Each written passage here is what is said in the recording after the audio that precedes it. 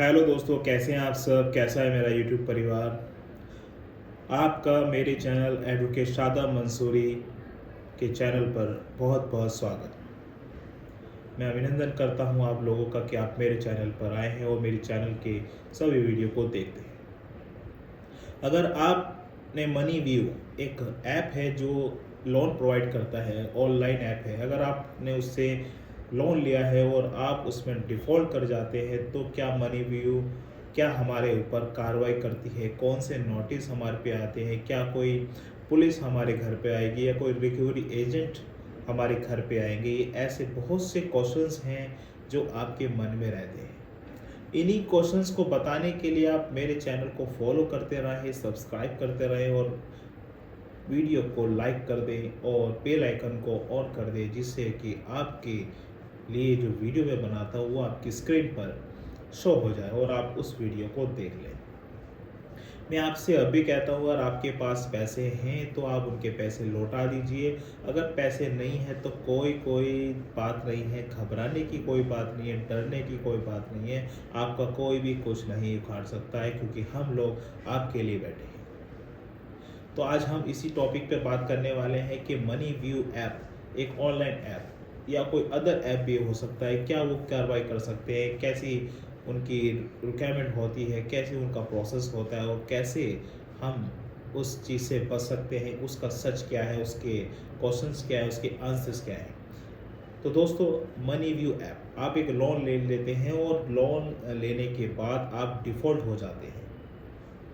जैसे आप डिफ़ॉल्ट हो जाते हैं तो आप पे फ़ोन आने स्टार्ट हो जाते हैं, कॉल आने स्टार्ट हो जाते हैं और आपसे व्हाट्सएप पे भी एक नोटिस भी आना स्टार्ट हो जाता है, जिसमें ये साफ लिखा होता है कि आप 7 दिन के अंदर ये पैसा लौटा दें, अन्यथा आप पे civil and criminal and police complaint आपके खिलाफ कर सकते हैं। एक्चुअली ऐसा है कि अभी तक मनी व्यू में कोई रिकवरी एजेंट घर आता और नहीं दिखाई दिया है। ये आपको कॉल्स वगैरह करेंगे और सबसे अच्छा तरीका है आप उनकी कॉल्स को इग्नोर कर दें। आप उन्हें इग्नोर कर दोगे तो 95% आपका काम बन जाएगा, मगर रिकवरी एजेंट का प्रोसेस पूरी तरह से बंद नहीं होता है, इसलिए कॉल्स फिर आ सकते हैं। क्या इसमें कौन से नोटिस आते हैं, इसमें क्या पुलिस इसमें हमारे ऊपर कार्रवाई कर सकती है और हमें इस किस किस चीज़ों का ध्यान रखना है, जिससे कि हम इन चीज़ों से सतर्क रहें और सावधान रहें। दोस्तों, जैसे आप एक लोन लेते हैं, मनी व्यू से आपने लोन लिया और आप 90 दिन तक कोई पैसा नहीं दे पाए। देखो, एक जेन्युइन होता है कि आप किसी मेडिकल या किसी आर्थिक की वजह से पैसा नहीं दे पाए, तो आप सीधा आप उनको मेल कीजिए, उन्हें मैसेज कीजिए, अपनी कंडीशन को बताइए कि क्यों मेरा ड्यू हुआ है, किस कारण से मैं पैसे नहीं दे पा रहा हूँ और कब मैं पैसे दे पाऊँगा। आप उसमें साफ साफ उनको मेल भेज सकते हैं अगर आपने जेन्युइनली है। और अगर आपके पास पैसे बिल्कुल नहीं हैं और आप सोच रहे हैं कि मेल भेज दिया है फिर भी कॉल्स आ रही हैं, तो देखो, कॉल्स तो आएंगी। और अगर आपका लोन 10,000, 20,000, 40,000, 50,000, 60,000 तक का है, तो आप इनकी कॉल को इग्नोर कर देंगे तो जहाँ तक मुझे पता है कि ये कोर्ट में नहीं जाएंगे और किसी तरह की कोई कार्रवाई नहीं करेंगे, आपके लोन को राइट ऑफ कर देंगे अगर आप इनको इग्नोर करते हैं तो। अगर आपका लोन बड़ा है, 3 लाख से ऊपर का लोन है, 3 लाख से ऊपर का लोन है, तो रिकवरी के लिए कोर्ट जा सकती है। 10% का चांस फिर भी होता है, क्योंकि अगर आप सेटलमेंट नहीं करते हैं, कोर्ट जाने से पहले ये सेटलमेंट ज़रूर करेंगे आपसे, और अगर आप सेटलमेंट नहीं करते हैं तो ये कोर्ट जाने का रिस्क लेती है। सेटलमेंट से वीडियो मैंने बना रखी है, तो आप मेरे वीडियो में जाकर देख सकते हैं कि कैसे सेटलमेंट होता है, कितना इसमें डिस्काउंट मिल जाता है। आप इसमें वीडियो में जाके देख सकते हैं। तो आपने एक लोन लिया और 3 महीने तक आपने ये नहीं किया हुआ, आप डिफ़ॉल्ट हो गए, कॉल्स आने स्टार्ट हो गई, सेक्शन 25 का ये नोटिस भेजते हैं, 138 का ये नोटिस भेजते हैं, आपके ऊपर कार्रवाई के लिए भेज सकते हैं। सेक्शन 25 का अगर आप पे नोटिस भेजते हैं तब भी आप उसमें अवेलेबल हैं, आप 1 दिन में ज़मानत ले सकते हैं, अपने घर बैठ सकते हैं, और 138 में भी आप बेल ले सकते हैं।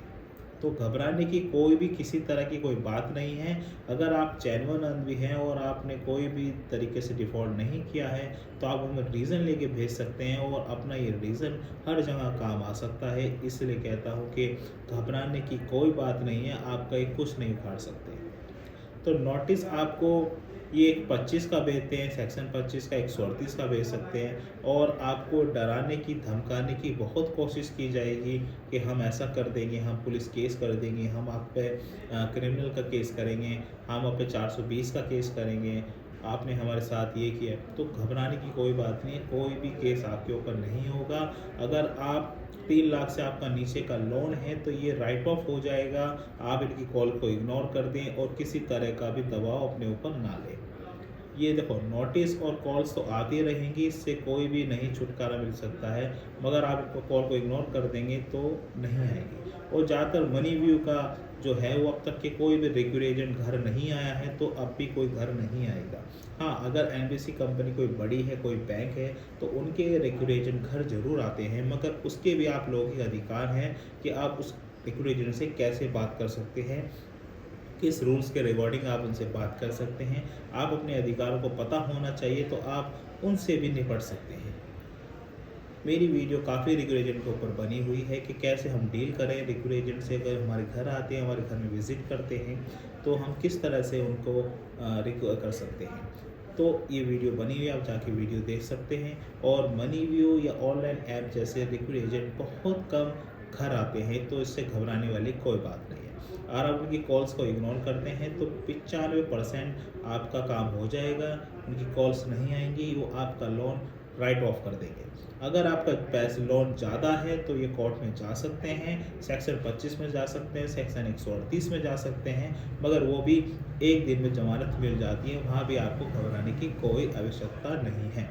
मगर कोर्ट से जाने से पहले ये सेटलमेंट का ऑफ़र आपको ज़रूर देते हैं। अगर आपके पास पैसे हैं तो आप सेटलमेंट से लेके उसको पूरा कर दें और अपना लोन को छुटकारा पा लें।